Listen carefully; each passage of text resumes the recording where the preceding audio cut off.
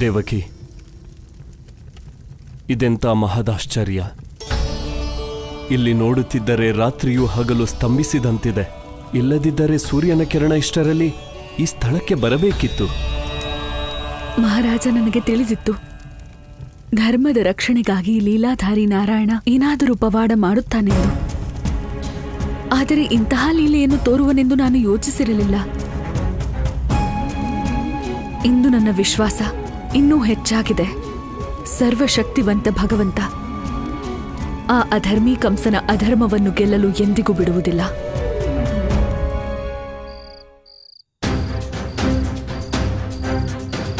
ನಂದರಾಣಿ, ಆ ಭಗವಂತನ ಮಾಯೆ ನೋಡಿದ್ರಾ? ಸ್ವಲ್ಪ ಹೊತ್ತಿನ ಮುಂಚೆ ಬೆಳಗಾಗಿತ್ತು, ಇವಾಗ ಮತ್ತೆ ರಾತ್ರಿ ಆಗೋಯ್ತಲ್ಲ, ಹೇಗೆ? ನಂದರಾಣಿ, ಇದ್ಯಾವುದು ಕೆಟ್ಟ ಸೂಚನೆ ಅಲ್ಲ ತಾನೆ? ಗೊತ್ತಿಲ್ಲ ಬಲರಾಮ ಕೃಷ್ಣ ಹೇಗಿದ್ದಾರೋ ಏನೋ. ಹೇ ಪ್ರಭು, ನನಗೆ ಈ ನಿನ್ನ ಲೀಲೆ ಅರ್ಥ ಆಗ್ತಿಲ್ಲ. ಆದರೆ ಪ್ರಭು, ನೀನು ಬೆಳಗಾಗಿಸು, ಇಲ್ಲ ಕತ್ಲಾಕ್ಸು, ಅವರನ್ನ ರಕ್ಷಿಸು.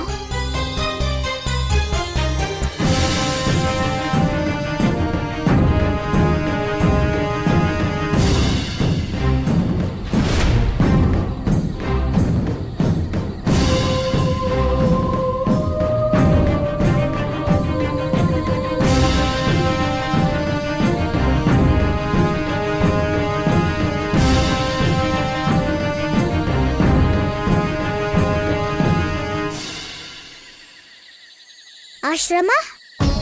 ಇದು ಅದೇ ಆಶ್ರಮ ಇರ್ಬೇಕು. ಇದ್ರ ಬಗ್ಗೆನೇ ಅಲ್ವಾ ಕ್ರೂರ ಮಾವ ನನ್ ಜೊತೆ ಮಾತಾಡಿದ್ದು.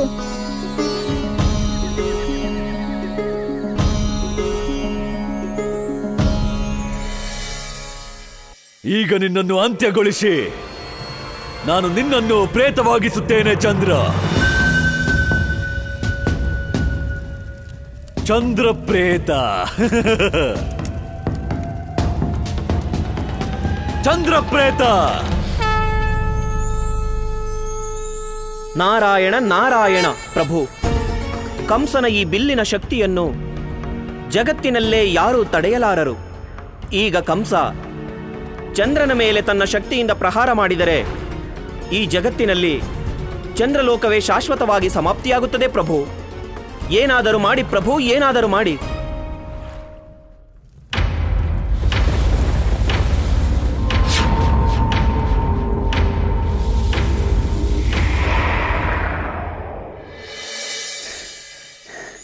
ಋಷಿಗಳೇ, ಋಷಿಗಳೇ, ಋಷಿಗಳೇ, ನನಗೆ ಸಹಾಯ ಮಾಡಿ ಋಷಿಗಳೇ.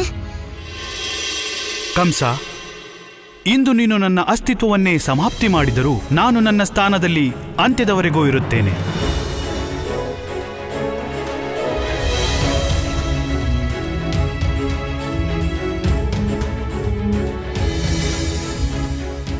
ಏಕೆಂದರೆ ಇಂದು ನನ್ನ ಪ್ರಭುವಿನ ವಿರಾಟ ರೂಪದ ದರ್ಶನವಾಗಿ ನನ್ನ ಜೀವನ ಧನ್ಯವಾಗಿದೆ. ಈಗ ನನ್ನ ಜೀವದ ಮೇಲೆ ಮೋಹವೂ ಇಲ್ಲ, ಸಾವಿನ ಭಯವೂ ಇಲ್ಲ.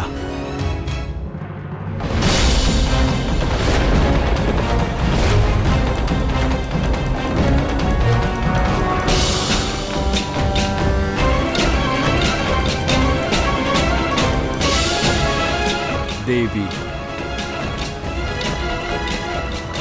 ಪ್ರಭು,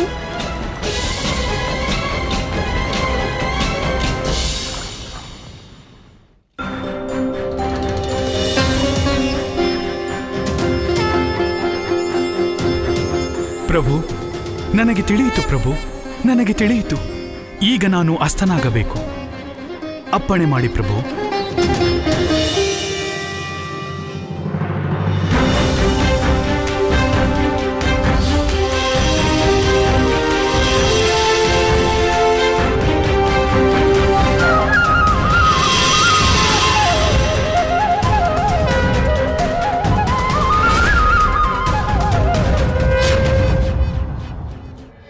ಭಗವಂತ, ಕಣ್ಣು ಬಿಟ್ಟು ನೋಡಿ ಭಗವಂತ, ನೋಡಿ. ಕತ್ತಲೆಗೂ ಭಯ ಆಯ್ತು, ನಿಮ್ ಮುಂದೆ ನಿಲ್ದೆ ಓಡ್ತು. ಆ ವಿಷ್ಣುವಿನ ಪರಾಜಯದ ಸಮಯ. ನೋಡಿ ಭಗವಂತ, ಈಗ ಕೆಲಸ ಶುರುವಾಗ್ಲಿ.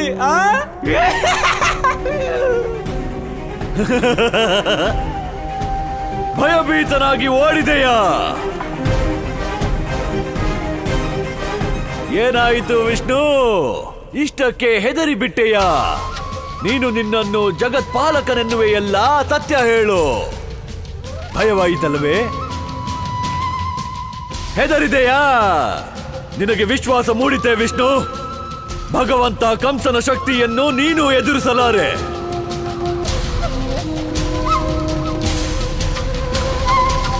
ಇಂದು ಪೂರ್ಣ ಬ್ರಹ್ಮಾಂಡದಿಂದಲೇ ನಿನ್ನ ಅಸ್ತಿತ್ವವನ್ನು ಕಿತ್ತೊಗೆಯುತ್ತೇನೆ ನಾನು. ಯಾರಿಗಾಗಿ ನೀನು ಕೂಗಿ ಕೂಗಿ ಅಶರೀರವಾಣಿ ನುಡಿದೆಯೋ, ಯಾರ ಬಲದ ಮೇಲೆ ವರ್ಷಗಳಿಂದ ನಂಬಿಕೆ ಇಟ್ಟಿದ್ದೆಯೋ, ಯಾರನ್ನು ನನ್ನ ಹತ್ಯೆಗಾಗಿ ಕಳಿಸಿದ್ದೆಯೋ ಅವನು, ಆ ದೇವಕಿ ಅಷ್ಟಮ ಪುತ್ರನನ್ನು ಇಡೀ ಜಗತ್ತಿನ ಸಮ್ಮುಖದಲ್ಲೇ ಕೊಲ್ಲುತ್ತೇನೆ. ಹೋಗಿ ಎಳೆದು ತನ್ನಿಯ ಬಲ ತುಂಬಿದವನನ್ನು, ಆ ಬಲರಾಮನನ್ನು. ನಿಲ್ಲಿ, ಅವನ ಲಾಲನೆ ಪಾಲನೆ ಮಾಡಿದವರನ್ನು ಹಾಗೂ ಅವನಿಗೆ ಜನ್ಮ ನೀಡಿದ ಮಾತಾ ಪಿತರನ್ನು ಕರೆದು ತನ್ನಿ. ಎಲ್ಲರಿಗೂ ತಿಳಿಯಲಿ, ಭಗವಂತ ಕಂಸನು ಆ ವಿಷ್ಣುವಿನ ಅಂಶದ ಹತ್ಯೆಯನ್ನು ಹೇಗೆ ಮಾಡಿದನೆಂದು. ಹೋಗಿ.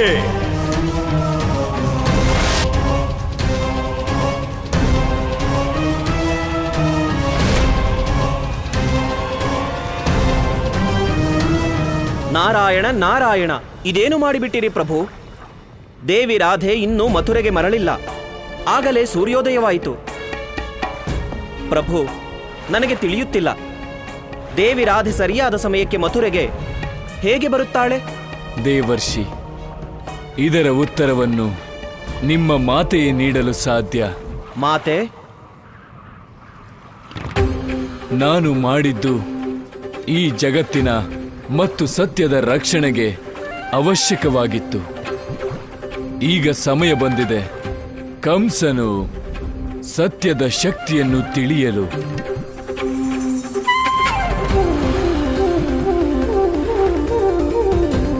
ನಾರಾಯಣ ನಾರಾಯಣ. ಪ್ರಭು, ನಿಮ್ಮ ಲೀಲೆ ನಿಮಗೇ ಅರ್ಥವಾಗುತ್ತದೆ. ಹೇ ಅಣ್ಣ, ನಿಮ್ದೆಲ್ಲ ಬೆಳಗಾದ್ರೂ ಇನ್ನೂ ಮುಗ್ದಿಲ್ವಾ ಈ ಮಂತ್ರಿ ಮಂಡಲದ ಚಿಂತನೆ? ಬಾ. ಎಲ್ಲಿಗೆ?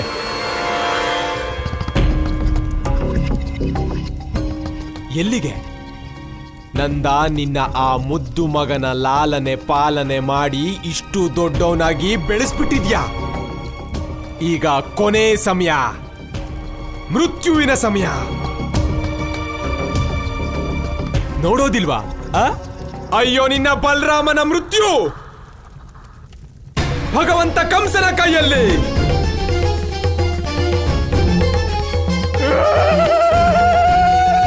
ಯಾವ ಮುಂಜಾನೆಗಾಗಿ ಇಷ್ಟು ವರ್ಷ ಕಾಯ್ತಿದ್ರೋ ಅದೀಗ ಬಂದಿದೆ. ಇವತ್ತು ನಿಮ್ಮ 8ನೇ ಸಂತಾನದ ಹತ್ಯೆ ನಿಮ್ಮ ಕಣ್ಣು ಮುಂದೆನೇ ಆಗುತ್ತೆ.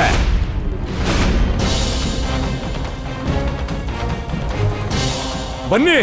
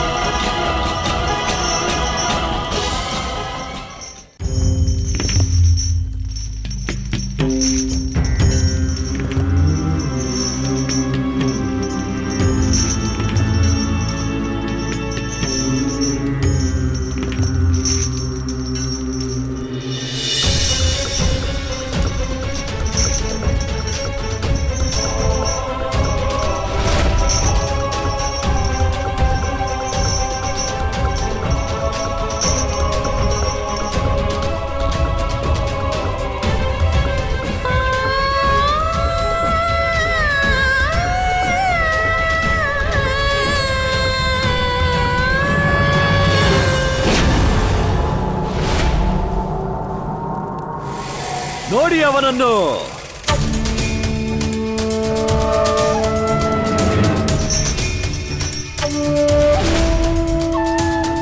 ಇವನೇ ಆ ಬಾಲಕ. ಇವನಿಗಾಗಿ ಆ ಚಕ್ರಧಾರಿ ವಿಷ್ಣು ಅಶರೀರವಾಣಿ ನುಡಿಸಿದ್ದು. ಇದೇ ಅಷ್ಟಮ ಸಂತಾನ ದೇವಕಿಯ ಗರ್ಭದಿಂದ ಜನಿಸಿದ್ದು. ಮತ್ತಿವನು ಈ ವಸುದೇವ ಅವನ ಪಿತ. ಕಂಸ, ನನ್ನ ಎಲ್ಲ ಮಕ್ಕಳ ಹತ್ಯೆ ಮಾಡಿ ನೀನಿಂದು ತಂದೆ ಎನ್ನುತ್ತಿರುವೆಯ? ಮಿಥ್ಯೆ, ಸುಳ್ಳು. ಇನ್ನು ಎಷ್ಟು ಸುಳ್ಳು ಹೇಳುವೆ? ನೀನು ಮಾತ್ರವಲ್ಲ, ನಿನ್ನ ಈ ಮಿತ್ರ ನಂದನು ನಿನ್ನ ಈ ಅಷ್ಟಮ ಸಂತಾನಕ್ಕಾಗಿ ನನಗೆ ಸಾಕಷ್ಟು ಸುಳ್ಳು ಹೇಳಿದ್ದಾನೆ. ಆ ಬಲದ ಧಾಮನನ್ನು ಉಪನಂದನ ಪುತ್ರನೆಂದು ಬಿಟ್ಟ ಇವನು.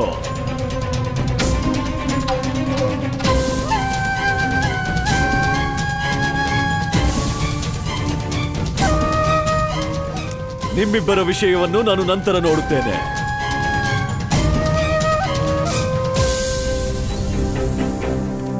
ಮೊದಲು ವಿಷ್ಣುವಿನ ಈ ಅಂಶವನ್ನು ಅಂತ್ಯಗೊಳಿಸುತ್ತೇನೆ.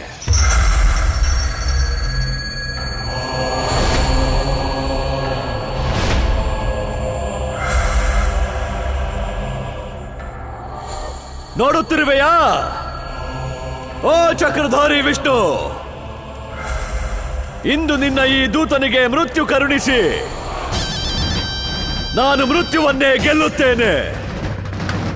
ರಕ್ಷಿಸುವುದಾದರೆ ರಕ್ಷಿಸು. ಇದು ಭಗವಂತ ಕಂಸನ ಸವಾಲು ನಿನಗೆ.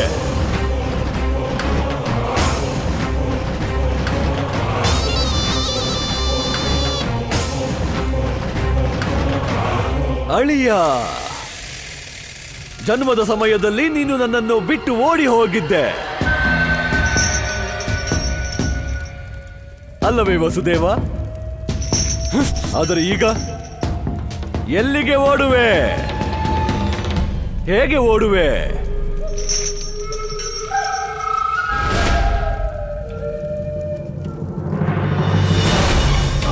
ಗದೆ ನಿನಗೆ ಪ್ರಿಯವಾದುದಲ್ಲವೇ ಬಲರಾಮ?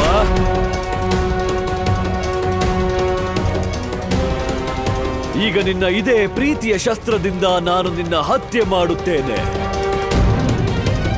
ಮಹಾರಾಜ ಕಂಸ, ನಿಮ್ಗೆ ಧೈರ್ಯ ಇದ್ರೆ ನನ್ನನ್ನ ಒಂದ್ಸರಿ ಬಿಟ್ಟು ನೋಡಿ. ಆಗ ಗೊತ್ತಾಗುತ್ತೆ ನಿಮ್ಗೆ ಯಾರಿಗೆ ಯಾರನ್ನ ಅಂತ್ಯ ಮಾಡೋ ಯೋಗ್ಯತೆ ಇದೆ ಅಂತ. ಏನು ಯೋಚಿಸಿದೆ ನೀನು?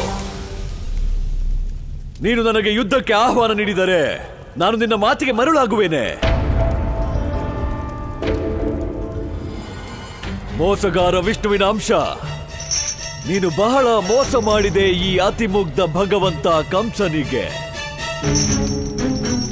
ಆ ವಿಷ್ಣುವಿನ ಜೊತೆ ಸೇರಿ ನೀನು ಬಹಳ ಆಟವಾಡಿದೆ. ಇಂದು ನಾನು ಆಡುತ್ತೇನೆ ನಿನ್ನ ಜೀವನದ ಕೊನೆಯ ಆಟ.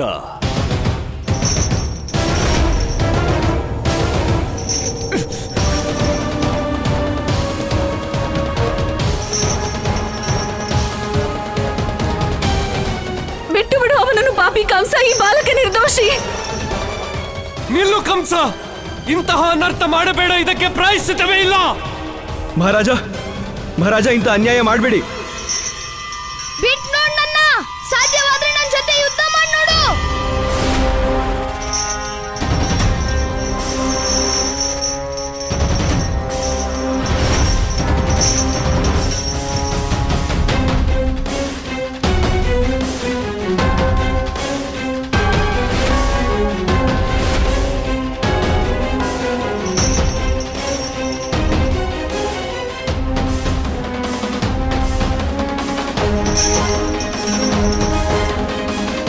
ನಿನ್ನ ಮುಕ್ತಿಯ ಸಮಯ ಬಂದಿದೆ ಬಾಲಕ.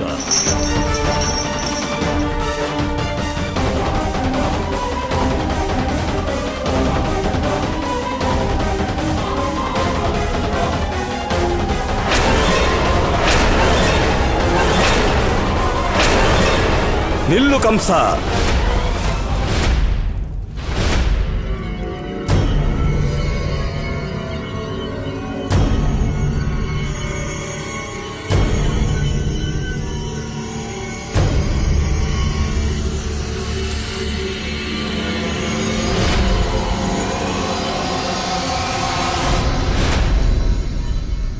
ಗುರು ಗರ್ಗಾಚಾರ್ಯ ಕಂಸಧಾಮದಲ್ಲಿ.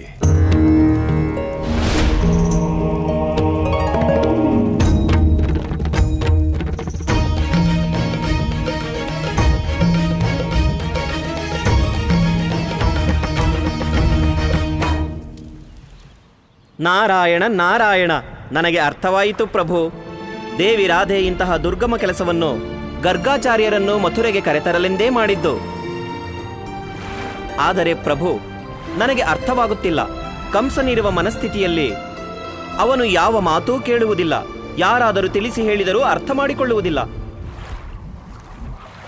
ಪ್ರಭು, ಗುರು ಗರ್ಗಾಚಾರ್ಯರು ಇಲ್ಲಿ ಬಂದು ಏನು ತಾನೇ ಲಾಭ?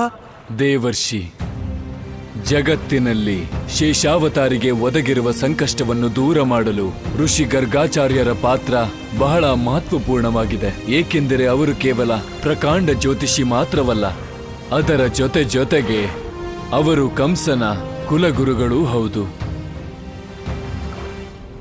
ಆದರೆ ಪ್ರಭು, ಅಧರ್ಮಿ ಕಂಸ ತನ್ನ ಗುರುವಿನ ಮಾತು ಕೇಳುತ್ತಾನೆಯೇ?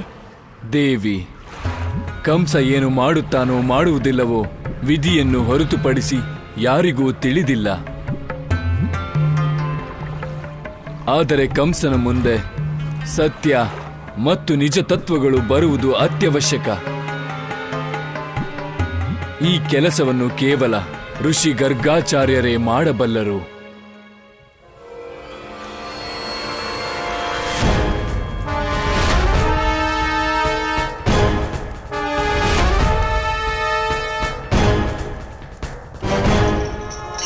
ರಾಧೆ, ನೀನು ಹುಷಾರಾಗಿದೆಯಲ್ವಾ? ಹಾ ಅಪ್ಪ, ನನ್ಗೇನೂ ಆಗಿಲ್ಲ.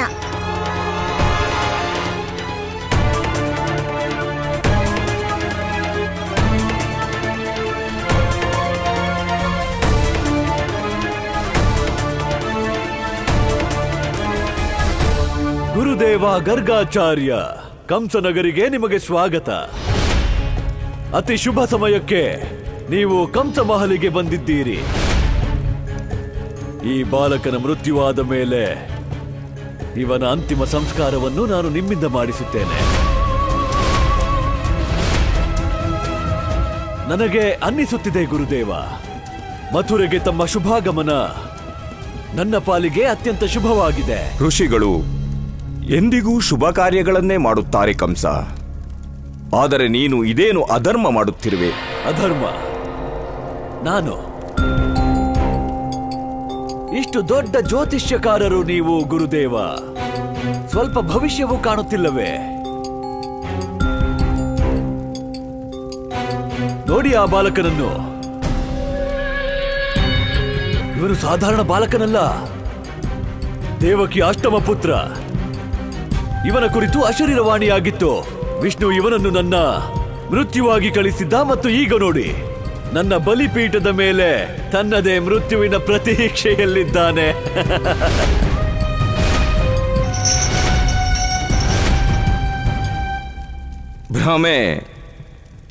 ಭ್ರಮೆ ಕಂಸ, ನೀನು ಇಂದಿಗೂ ಭ್ರಮೆಯಲ್ಲೇ ಇರುವೆ. ನಿನ್ನ ಬಲದ ಅಹಂಕಾರ ನಿನ್ನನ್ನು ಕುರುಡಾಗಿಸಿದೆ. ಹಾಗಾಗಿ ಸತ್ಯವೇನೆಂಬುದು ನಿನಗೆ ಕಾಣಿಸುತ್ತಲೇ ಇಲ್ಲ. ಹಾಗಾದರೆ ನಿಮ್ಮ ಮಾತಿನ ಅರ್ಥ? ನನ್ನ ಮಾತಿನ ಅರ್ಥ ಇಷ್ಟೇ ಕಂಸ. ಯಾವ ಬಾಲಕನನ್ನು ನೀನು ವರ್ಷಗಳಿಂದ ಹುಡುಕುತ್ತಿರುವೆಯೋ ಇವನು ಆ ಬಾಲಕನಲ್ಲ.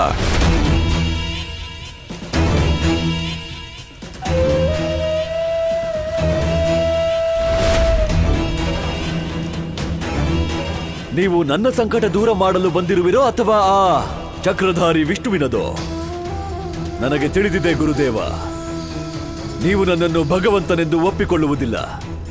ನನಗೆ ಇದು ತಿಳಿದಿದೆ, ನಿಮ್ಮ ಆರಾಧ್ಯ ದೈವ ಒಬ್ಬನೇ, ಆ ಮೋಸಗಾರ ವಿಷ್ಣು. ಅದರ ನಂತರವೂ ಯದುವಂಶಿಗಳ ಕುಲಗುರುವಾದ ಕಾರಣ ನಾನು ನಿಮ್ಮನ್ನು ಗೌರವಿಸುತ್ತೇನೆ. ಈ ನಿಮ್ಮ ಗೌರವ ಅವಮಾನವಾಗಿ ಬದಲಾಗುವ ಮೊದಲು ನೀವು ಇಲ್ಲಿಂದ ಮರಳಿ ಬಿಡಿ. ಇಲ್ಲದಿದ್ದರೆ ನಂತರ ಏನು ನಡೆಯುವುದೋ ಅದಕ್ಕೆ ನೀವೇ ಹೊಣೆಯಾಗುತ್ತೀರಾ. ಕಂಸ, ನೀನು ಒಪ್ಪಿದರೂ ಬಿಟ್ಟರೂ ನಾನೇ ನಿನ್ನ ಕುಲಗುರು. ಗುರುವಿನ ಕರ್ತವ್ಯ ಒಂದೇ, ತನ್ನ ಶಿಷ್ಯನನ್ನು ಸರಿಯಾದ ಮಾರ್ಗದಲ್ಲಿ ನಡೆಸುವುದು. ಅವನು ತನ್ನ ಗುರುವಿನ ಮಾತನ್ನು ಸ್ವೀಕರಿಸುತ್ತಾನೋ ಇಲ್ಲವೇ ತಿರಸ್ಕರಿಸಿ ನಡೆಯುತ್ತಾನೋ ಎನ್ನುವುದು ಅವನ ವಿವೇಕಕ್ಕೆ ಬಿಟ್ಟ ವಿಷಯ. ಹಾಗಿದ್ದರೆ ವಿಳಂಬಬೇಕೆ ಗುರುದೇವ? ನಡೆಯಲಿ ಭಗವಂತ ಕಂಸನ ಮಾರ್ಗದರ್ಶನ.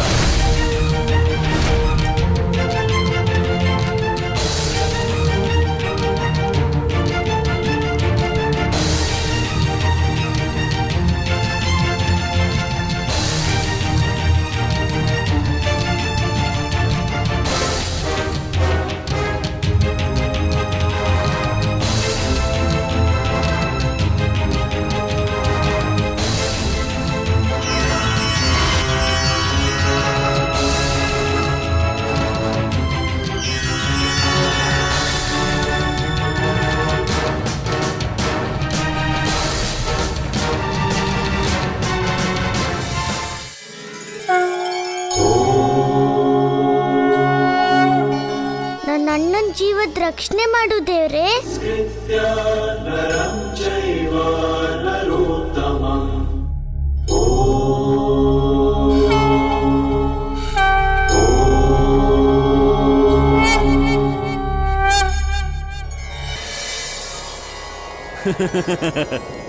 ನೀವು ನನ್ನನ್ನು ನೋಡಲೆಂದು ಬಂದಿರುವಿರೇ, ಇಲ್ಲ ಜ್ಯೋತಿಷ ವಿದ್ಯೆಯ ಶಿಕ್ಷಣಕ್ಕೋ ಗುರುದೇವ? ಕಂಸ, ನಾನು ಕೇವಲ ಇದನ್ನು ತಿಳಿಸಲು ಬಂದೆ.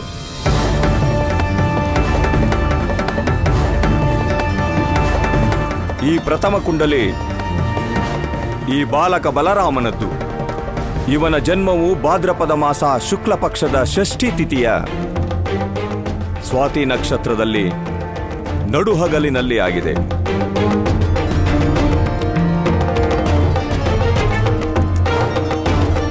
ಮತ್ತು ಈ ಇನ್ನೊಂದು ಕುಂಡಲಿ ಯಾರಿಗಾಗಿ ಅಶರೀರವಾಣಿಯಾಗಿತ್ತೋ ಆ ಬಾಲಕನದ್ದು. ಈ ಕುಂಡಲಿಯ ಪ್ರಕಾರ ಆ ಬಾಲಕನ ಜನ್ಮ ಭಾದ್ರಪದ ಕೃಷ್ಣ ಪಕ್ಷ ಅಷ್ಟಮಿಯ ದಿನ ನಡುರಾತ್ರಿಯ ವೇಳೆ ಆಗಿತ್ತು. ಕಂಸ, ಈ ಬಾಲಕನ ಕುಂಡಲಿಯಲ್ಲಿ ನಿನ್ನ ಮೃತ್ಯುವಿನ ಯೋಗವಿದೆ. ಕಂಸ, ತುಲಾ ಲಗ್ನದಲ್ಲಿ ಜನಿಸಿದ ಬಲರಾಮ ಸತ್ಯವಾಗಿ ನಿನ್ನನ್ನು ತಿಳಿದೂ ಇಲ್ಲ. ಇವನ ಮನದಲ್ಲಿರುವುದೇ ಇವನ ಮುಖದಲ್ಲೂ ಇದೆ. ಕಂಸ, ಈ ಬಾಲಕ ಯಾವ ರೀತಿಯಲ್ಲೂ ನಿನ್ನ ಮೃತ್ಯುವಿನ ಕಾರಣ ಆಗಲಾರನು.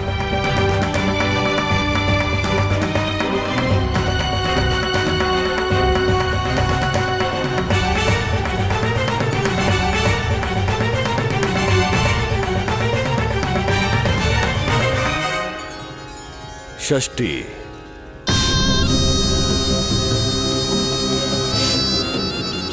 ಅಷ್ಟಮಿ,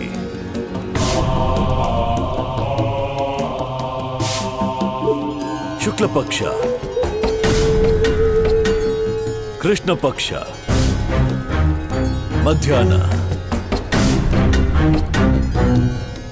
ಮಧ್ಯರಾತ್ರಿ. ಈ ಕುಂಡಲಿಗಳು ಸರಿಯಾಗಿರಬಹುದು, ಆದರೆ ನೀವು ಸತ್ಯ ಹೇಳುತ್ತಿದ್ದೀರಿ ಎನ್ನುವುದಕ್ಕೆ ಏನು ಸಾಕ್ಷಿ ಇದೆ ಗುರುದೇವ? ಕಂಸ, ಜಗತ್ತೇ ಇದಕ್ಕೆ ಸಾಕ್ಷಿಯಾಗಿದೆ. ಈ ಋಷಿ ಗರ್ಗಾಚಾರ್ಯ ಯಾವುದೇ ಸ್ಥಿತಿಯಲ್ಲೂ ಯಾವುದೇ ಕಾರಣಕ್ಕೂ ಎಂದಿಗೂ ಅಸತ್ಯ ನುಡಿಯುವುದಿಲ್ಲ. ನಂಬಿಕೆ ಇಡುವುದು ಅಥವಾ ಬಿಡುವುದು ಇದು ನಿನ್ನ ಕೆಲಸ. ಕಂಸ, ನಿನಗೆ ಸತ್ಯವನ್ನು ಹೇಳುವುದು ನನ್ನ ಧರ್ಮವಾಗಿತ್ತು. ಅದನ್ನು ನಾನು ಮಾಡಿದ್ದೇನೆ. ಈಗ ಸತ್ಯವೇನು ಅಸತ್ಯವೇನು ನಿರ್ಣಯ ನೀನು ಮಾಡಬೇಕು. ಸತ್ಯ ಅಸತ್ಯ, ಅಸತ್ಯ ಸತ್ಯ, ಇದೆಂತಹ ಮಾರ್ಗದರ್ಶನ ಗುರುದೇವ? ನೀವು ನನ್ನನ್ನು ದ್ವಿಮಾರ್ಗದ ಮಧ್ಯೆ ನಿಲ್ಲಿಸಿಬಿಟ್ಟಿರಿ. ಆದರೆ ನೀವು ಚಿಂತೆ ಮಾಡಬೇಡಿ,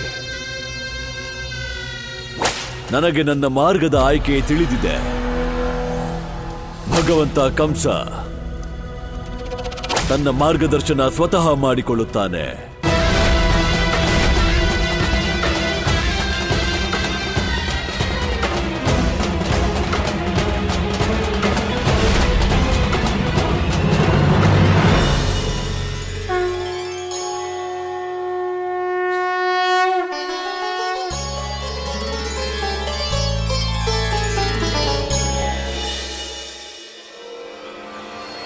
ಜ್ಯೋತಿಷ್ಯ ಶಾಸ್ತ್ರದ ಪ್ರಕಾಂಡ ಪಂಡಿತ, ಯದುವಂಶಿಗಳ ಕುಲಗುರು, ಋಷಿವರ್ಯ ಗರ್ಗಾಚಾರ್ಯ, ನನಗೆ ನಿಮ್ಮಲ್ಲಿ ಪೂರ್ಣ ವಿಶ್ವಾಸವಿದೆ. ಆಗಲಿ ನಾನು ಒಪ್ಪಿಕೊಳ್ಳುತ್ತೇನೆ. ಈ ಕುಂಡಲಿ ಸರಿ ಇದೆ. ಈ ಬಾಲಕ ಆ ಬಾಲಕನಲ್ಲ.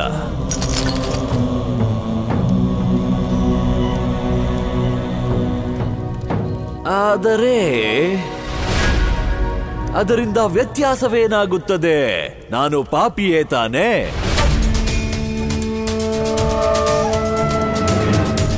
ದುರಾಚಾರಿ, ಅಧರ್ಮಿ.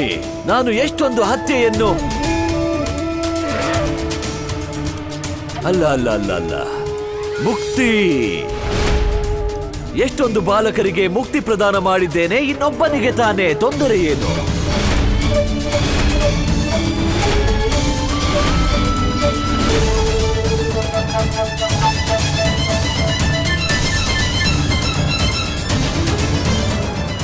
ಪ್ರಭು, ಪಾಪಿ ಕಂಸ ಋಷಿ ಗರ್ಗಾಚಾರ್ಯರು ತಿಳಿ ಹೇಳಿದ ನಂತರವೂ ತನ್ನ ನಿರ್ಣಯವನ್ನೇಕೆ ಬದಲಾಯಿಸಿಲ್ಲ ಪ್ರಭು?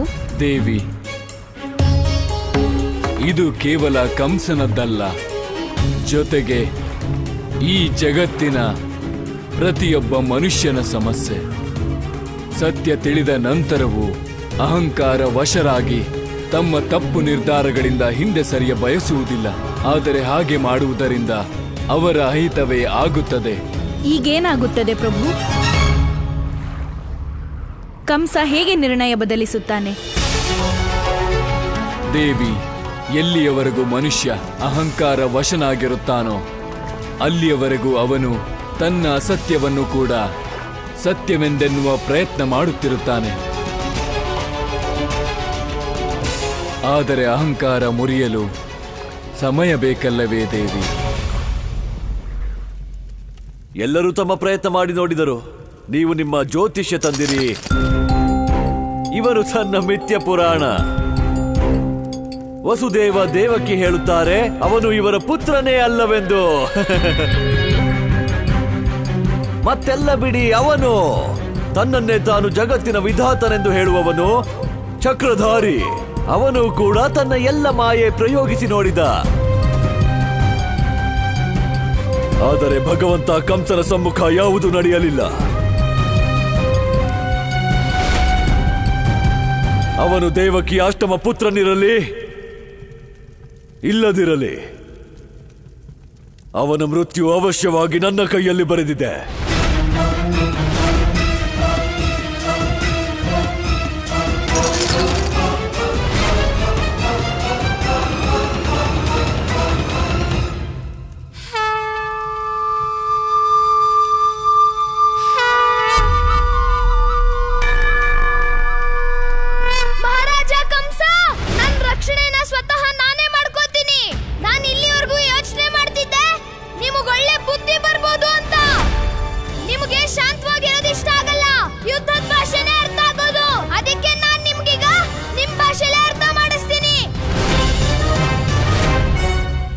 ಪ್ರಭು, ಇದೇನು?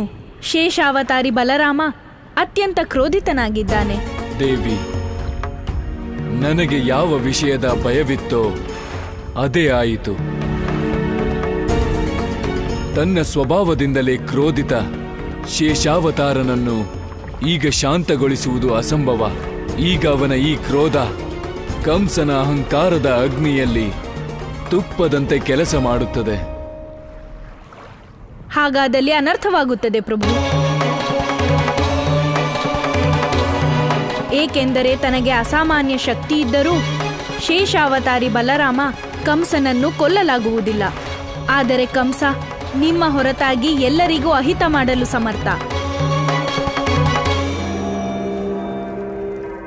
ಬಿಡಿ ಅವನನ್ನು.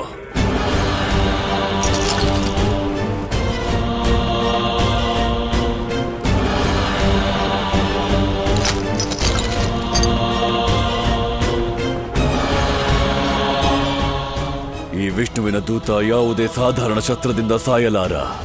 ಇವನ ಅಂತ್ಯ ಕೇವಲ ಅಮೋಘಾಸ್ತ್ರದಿಂದ ಆಗಬಹುದು.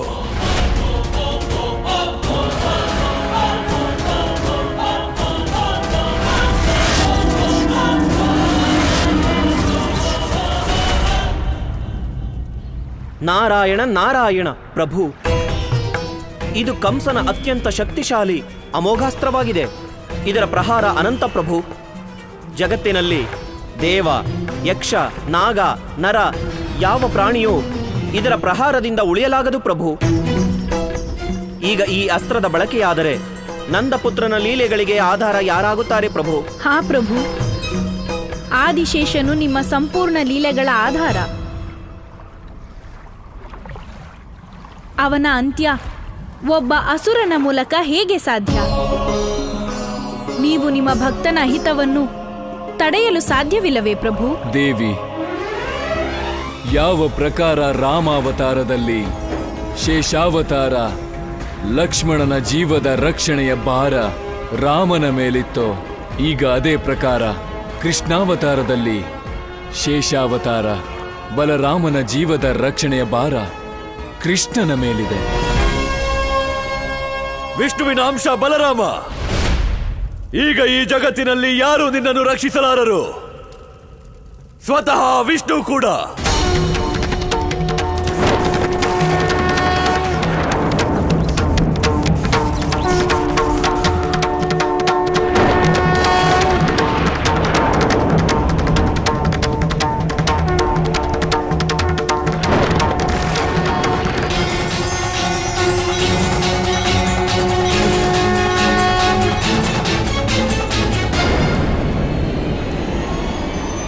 ನಿಲ್ಲು.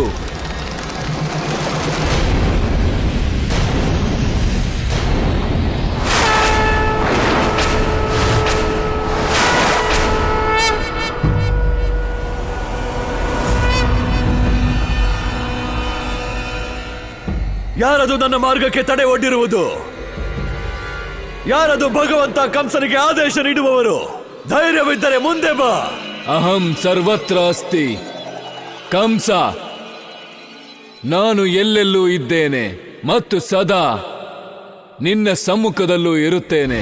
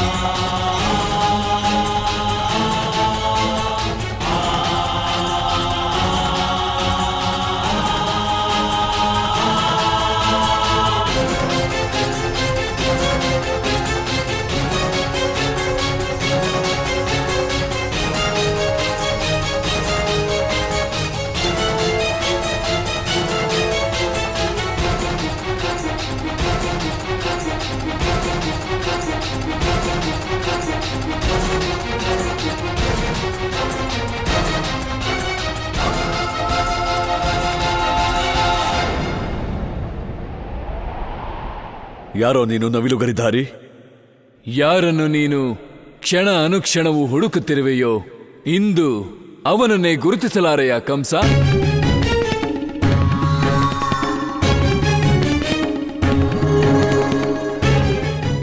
ಒಗಟುಗಳು ಬೇಡ, ಸತ್ಯ ಹೇಳು, ಯಾರು ನೀನು?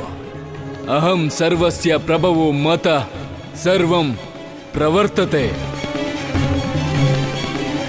ಕಂಸ, ನಾನು ಸಮಸ್ತ ಆಧ್ಯಾತ್ಮಿಕ ಅಂತೆಯೇ ಭೌತಿಕ ಜಗತ್ತಿಗೂ ಕಾರಣ. ನಾನು ಸಮಸ್ತ ಜೀವಿಗಳ ಹೃದಯದಲ್ಲಿ ಸ್ಥಿತನಾದ ಪರಮಾತ್ಮನು. ನಾನೇ ಆದಿ, ನಾನೇ ಮಧ್ಯ ಮತ್ತು ನಾನೇ ಅಂತ್ಯ. ಕಂಸ, ಆದಿತ್ಯ ನಾಮನಾದ ವಿಷ್ಣು ಜ್ಯೋತಿಯಲ್ಲಿ ರವಿಯ ಅಂಶ. ನಾನು ಆದಿತ್ಯರಲ್ಲಿ ಪರಮ ಪ್ರಕಾಶನು, ಪ್ರಕಾಶದಲ್ಲಿ ತೇಜಸ್ವಿ ಸೂರ್ಯನು, ನಾನೇ ನಕ್ಷತ್ರಗಳಲ್ಲಿ ಚಂದ್ರನು ಮತ್ತು ರುದ್ರರಲ್ಲಿ ಶಿವನು, ನಾನು ಯಕ್ಷ ಮತ್ತು ರಾಕ್ಷಸರಲ್ಲಿ ಸಂಪತ್ತಿನ ದೇವತೆ ಕುಬೇರನು ಮತ್ತು ದೈತ್ಯರಲ್ಲಿ ಭಕ್ತರಾಜ ಪ್ರಹ್ಲಾದನು. ಕಂಸ, ನಾನೇ ಸಮಸ್ತ ಪುರೋಹಿತರಲ್ಲಿ ಬೃಹಸ್ಪತಿಯ ಜ್ಞಾನವು, ಸೇನಾಪತಿಗಳಲ್ಲಿ ಕಾರ್ತಿಕೇಯನು ಮತ್ತು ಶಸ್ತ್ರಧಾರಿಗಳಲ್ಲಿ ರಾಮನು. ನಾನು ಜಲಾಶಯಗಳಲ್ಲಿ ಸಾಗರ, ಪರ್ವತಗಳಲ್ಲಿ ಹಿಮಾಲಯವು ಮತ್ತು ನದಿಗಳಲ್ಲಿ ಗಂಗೆಯು. ನಾನು ದಮನ ಮಾಡುವವರಲ್ಲಿ ಕಾಲನು, ನಾನೇ ವಿಜಯ, ನಾನೇ ಸಾಹಸ ಮತ್ತು ನಾನೇ ಶಕ್ತಿ. ನಾನೇ ಸಂಪೂರ್ಣ ಸೃಷ್ಟಿಯ ಆದಿ, ಮಧ್ಯ ಮತ್ತು ಅಂತ್ಯನು. ನಾನೇ ಅನಂತ ಮತ್ತು ಕಂಸ, ನಾನೇ ಶೂನ್ಯನು. ನೀನು ಈಗ ಹೇಳುತ್ತಿರುವುದು ದೇವರ ಲಕ್ಷಣಗಳು ಮತ್ತು ದೇವರು ನೀನಲ್ಲ, ನಾನು. ಏಕೆಂದರೆ ನಾನೇ ಭಗವಂತ ಕಂಸ. ಕಂಸ, ನೀನು ನಿನ್ನನ್ನೇ ಭಗವಂತ ಎನ್ನುವುದು ಏಕೆಂದರೆ ನಿನ್ನ ಒಳಗಡೆಯೂ ನನ್ನ ವಾಸವೇ ಇದೆ. ಅಹಂ ಬ್ರಹ್ಮಾಸ್ಮಿ. ಕಂಸ, ನೀನು ನನ್ನದೇ ಅಂಶ. ನೀನು ಸತ್ಯವಾಗಿಯೂ ಭಗವಂತನಾಗ ಬಯಸಿದರೆ ನೀನು ಸರ್ವಪ್ರಥಮ ನನ್ನನ್ನೇ ಸ್ವೀಕಾರ ಮಾಡಬೇಕು. ಸ್ವೀಕಾರ?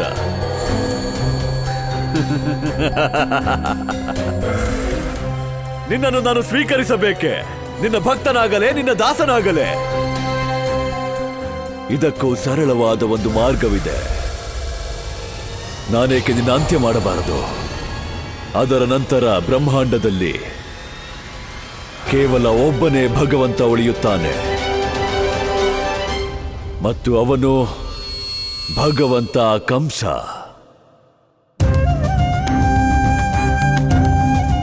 ಕಂಸ, ಈಗ ನೀನು ನನ್ನ ಅಂತ್ಯವನ್ನೇ ಬಯಸಿದರೆ ಅದಕ್ಕೂ ಇದೇ ಮಾರ್ಗ.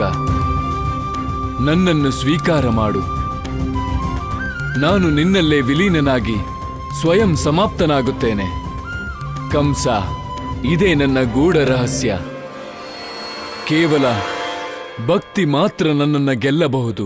ಅಸಂಭವ, ಇದು ಸಾಧ್ಯವಿಲ್ಲ. ಕಂಸ, ನಿನ್ನ 4 ದಿಕ್ಕನ್ನ ನೋಡು. ಇಲ್ಲಿ ಏನೇ ಆಗುತ್ತಿದ್ದರೂ, ನೀನು ಏನೇ ಮಾಡುವುದಾದರೂ, ಈ ಜಗತ್ತಿನಲ್ಲಿ ಏನೇ ನಡೆಯುತ್ತಿದ್ದರೂ ಆ ಎಲ್ಲವೂ ನನ್ನ ಲೀಲೆಗಳ ವಿಸ್ತಾರವೇ.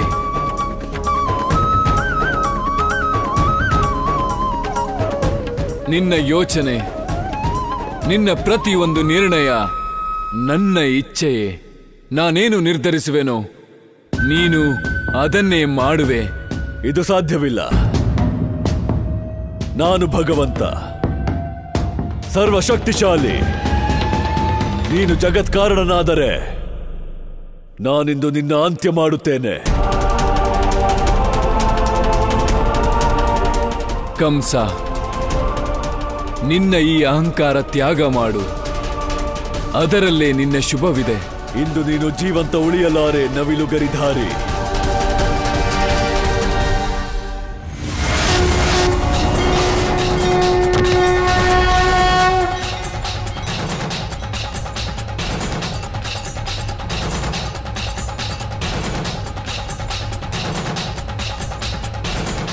ಇದು ಅವಶ್ಯವಾಗಿ ಚಕ್ರಧಾರಿ ವಿಷ್ಣುವಿನ ಮಾಯೆಯಾಗಿತ್ತು.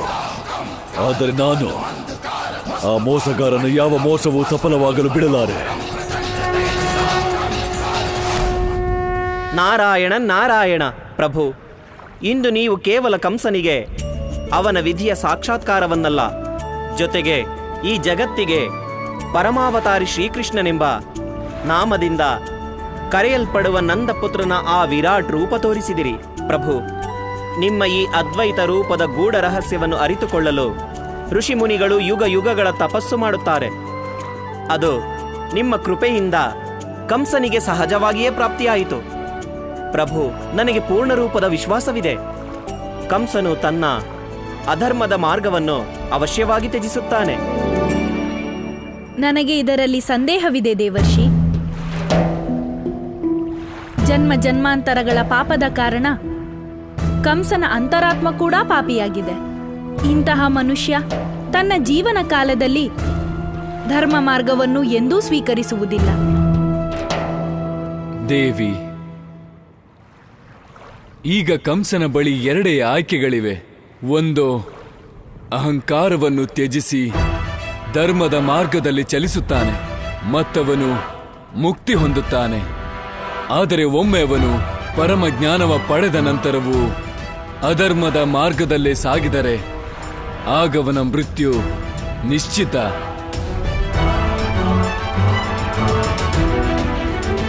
ದೇವಿ, ಈಗ ಕಂಸನೇ ನಿರ್ಣಯ ಮಾಡಬೇಕು. ಅವನು ತನ್ನ ಉದ್ಧಾರ ಬಯಸುವನೋ ಅಥವಾ ಅಂತ್ಯವೋ?